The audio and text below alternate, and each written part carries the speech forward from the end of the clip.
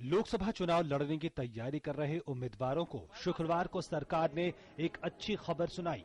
सरकार ने चुनाव खर्च बढ़ाने की राजनीतिक दलों की लंबे समय से चली आ रही मांग को मंजूर कर दिया है। चुनाव आयोग ने लोकसभा और विधानसभा चुनाव के खर्च की सीमा बढ़ाने का प्रस्ताव दिया था, जिसे कैबिनेट ने आज मंजूरी दे दी। सरकार के नए फैसलों के मुताबिक महाराष्ट्र, मध्य प्रदेश, उत्तर प्रदेश, पश्चिम बंगाल और कर्नाटक जैसे बड़े राज्यों में अब उम्मीदवार लोकसभा चुनाव में अधिकतम 70 लाख रुपए खर्च कर सकेंगे, जबकि गोवा जैसे छोटे राज्य और पूर्वोत्तर और अन्य पर्वतीय राज्य में ये सीमा 54 लाख रुपए तक तय की गई है। बड़े राज्यों में ये सीमा पहले 40 लाख थी, जबकि छोटे राज्यों में ये सीमा 22 लाख थी। आयोग के प्रस्ताव के मुताबिक विधानसभा चुनाव के लिए खर्च सीमा भी राज्यों के आकार के हिसाब से अधिकतम 28 लाख रुपए हो गई है, जबकि अरुणाचल प्रदेश, गोवा, मणिपुर, मेघालय, मिजोरम, नागालैंड, सिक्किम, त्रिपुरा और पुदुचेरी राज्यों में ये सीमा 20 लाख रुपए है।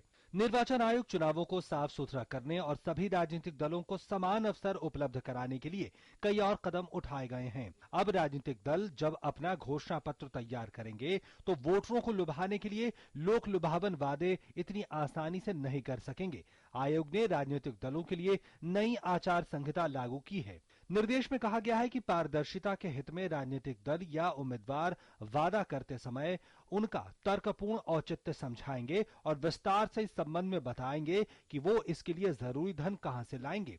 आयोग ने कहा कि मतदाताओं का विश्वास सिर्फ उन वादों के आधार पर मांगा जाना चाहिए जिन्हें पूरा किया जा सकता हो। आयोग के मुताबिक चुनावी घोषणा पत्र में संविधान के आदर्शों और सिद्धांतों के विरुद्ध कुछ नहीं होना चाहिए और ये चुनावी आचार संहिता के अन्य प्रावधानों के अनुरूप होना चाहिए। आयोग ने राजनीतिक दलों से कहा है कि माहौल खराब करने वाले वादे न करें। राजनीतिक दलों से मतदाताओं को प्रभावित करने के लिए गलत तरीके नहीं अपनाने के भी निर्देश दिए गए हैं। हालांकि अब भी कई सुधार होने बाकी हैं। पिछले साल मुख्य सूचना आयुक्त ने सभी राष्ट्रीय दलों को सूचना के अधिकार कानून के तहत लाने का फैसला सुनाया था, जिस पर आज तक अमल नहीं हो पाया है। इस आदेश को निष्प्रभावी बनाने के लिए सरकार ने एक संशोधन प्रस्ताव पेश किया, जो अब संसद के विचाराधीन है। चुनाव में काले धन के इस्तेमाल पर अंकुश लगाने में अधिकतर दलों ने कोई रुचि नहीं दिखाई है।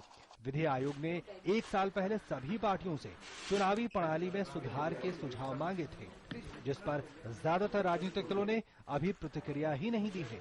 हालांकि अदालत ने सजा प्राप्त जनप्रतिनिधियों की संसद और विधानसभा की सदस्यता समाप्त करने और उन्हें चुनाव लड़ने के अयोग्य घोषित करने का कानून चुनाव सुधार की दिशा में अहम कदम है। चुनाव सुधार के लिए सबसे पहले 1990 में गोस्वामी समिति गठित की गई थी। इसके बाद 1993 में वोहरा समिति और 1998 में इंद्रजीत गुप्ता समिति ने चुनाव व्यवस्था में सुधार के लिए महत्वपूर्ण सिफारिशें की, लेकिन ये अभी तक लागू नहीं हो पाई हैं। Bureau report, DD news.